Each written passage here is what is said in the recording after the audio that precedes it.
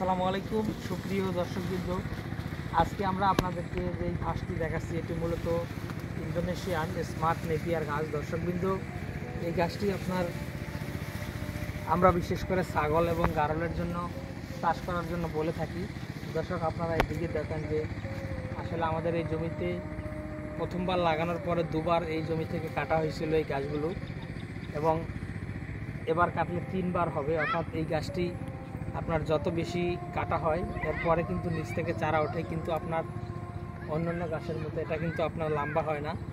দেখা যায় অন্যান্য গাছ অনেক বেশি লম্বা হয়, কিন্তু ইন্দোনেশিয়ান স্মার্ট নেপিয়ার গাছটি কিন্তু আপনার খাটো হয়, অর্থাৎ এটি ছোট হয়, অর্থাৎ উচ্চতা কম হয়।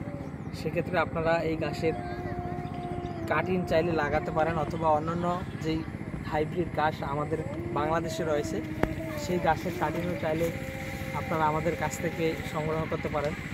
আমরা সুন্দরবন কুরিয়ার সার্ভিসের মাধ্যমে সারা বাংলাদেশে এই গাছের কাটিংগুলো ক্যাশ অন ডেলিভারিতে কিন্তু বুকিং দিয়ে থাকি।